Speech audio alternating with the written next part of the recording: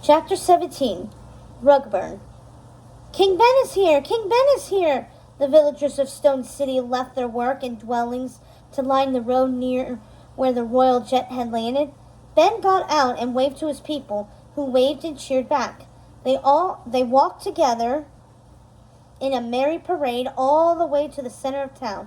After hours of sitting, it was a relief to finally arrive at the peaceful valley in the middle of Northern Way. Like its name, all the buildings and houses in Stone City were made of rock, and the village itself had been built near a giant mushroom-shaped stone. The great wall loomed over the northern side of the village, casting a long shadow. They passed the city gates that led into the greatest pavilion and followed the cobblestone path all the way to the front of the structure, where the town's leaders were waiting to greet them. Elder Wong, who wasn't a gray-bearded official in a smock, but a young man who wore his dark hair in a ponytail and was wearing a natty suit, bowed upon seeing Ben. "Thanks so much for honoring us with your presence," he said. "Charlie?" he asked, delighted. "You're the elder of this village?" "Hey, man," said Charlie, slapping Ben a high five. "Yeah, I went home and took on the role." "Looks like you did too," he said, motioning to the golden circlet that Ben wore as his traveling crown. Charlie had been a few years ahead of Ben at Ordon Prep, and Ben was glad to find an old friend in unfamiliar territory. Maybe this dispute could be settled easily after all. "Hey, Lonnie," said Charlie. "How's Shane doing?" "Still coaching Roar and trying to get that hip-hop record out," said Lonnie, giving Charlie a hug. "Nice," said Charlie. "Come on in. Let's talk about over boba." Ben and Lonnie followed Charlie inside the stone house, which, while ancient and minimal on the outside, was outfitted with the latest gadgets inside. Ben spied a large screen television on the wall, a roving robot sweeper on the carpet, and a high-end security system with a 12-camera display. Charlie led them to a small room with a view of the mountains and a portion of the Great Wall. Charlie sat cross-legged on the floor in front of a low table that had been set for them with the village's finest china and silver, and Ben and Lonnie did the same. Instead of diving right into the business at hand, Ben and Lonnie regaled Charlie with the latest news from Oregon.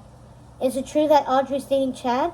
said Charlie, shock written all over his face. "Whoa." "Yeah, although I hear Audrey's changed her mind about him," said Lonnie with a laugh. "Oh, no, really?"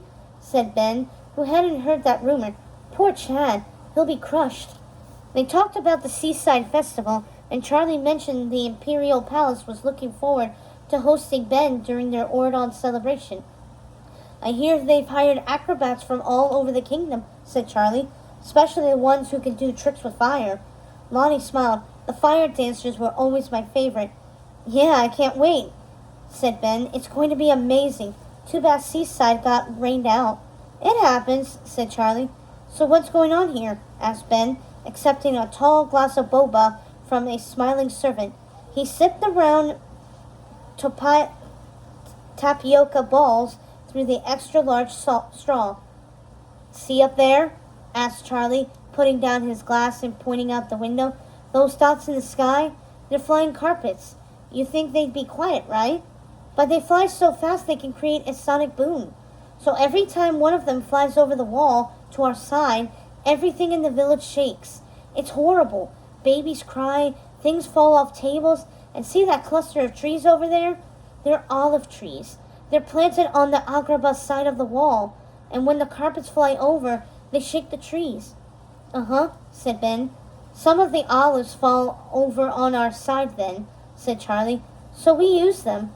But our neighbors over there say that the olives are theirs. If not for the wall blocking their ability to harvest them, they want their olives back, and, well, we don't want to give them back. They're on our side of the wall, fair and square. Plus the carpets are a nuisance, a huge headache. We're sick of it. We've asked them to ground the carpets, but they refuse." Lonnie raised her eyebrows and looked to Ben, who scrunched his forehead and chewed a bubble of tapioca before answering. "Why do they need carpets? They never use them anywhere else in Oregon," said Ben. because of the wall over there.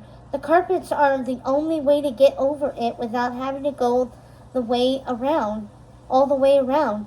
I see. And you guys eat a lot of olives? Enough, said Charlie. My villagers are doubly annoyed because the branches and leaves of the olive tree shed in the winter. And who has to clean up all the mess? We do, because they fall on our side of the wall. The Sultan's people don't offer to clean it up, do they? No, they just want to fly their carpets and eat their olives without any of the work. Ben leaned forward. And what are you guys doing about it? So far, nothing yet. Just shouting from opposite sides of the wall. But we're prepared to do more. We've stationed archers on the wall, said Charlie defensively. A servant placed a tray of food in front of them. There was olive bread, olive oil, and a fragrant olive-scented roast beef. Ben reached for a hunk of bread, tearing the loaf, and bit into a piece, just as the entire room began to shake with a boom from a flying carpet. This is delicious, he said, and I can see why you find the carpets aggravating. Charlie relaxed slightly. I'm glad you understand the situation. I was a bit worried about the response from Oridon. To be honest, I wasn't expecting to see the king. Lonnie asked me to take charge personally, Ben explained. Then we have you to thank, said Charlie to Lonnie, who bowed and smiled. Ben will do right by us, said Lonnie. Won't you, Ben? Ben wiped the crumbs from his hands with a napkin and rose from the table, grunting a little from the exertion of having to stand from the floor. He was careful not to promise anything without meeting with the other side first. If this issue was going to be resolved, he needed to figure out a fair way to appease both sides. Thanks much for your hospitality, he said, shaking Charlie's hand. I'm meeting with the Agrabah delegation next, and then I'll get back to you guys. Great, we look forward to settling this issue once and for all, said Charlie. We know you'll do your best. Ben nodded. He meant to be a king for all his subjects, which meant keeping the interests of the villagers from Stone City in mind as well as the grievances of the people of Agrabah when he made his final decision.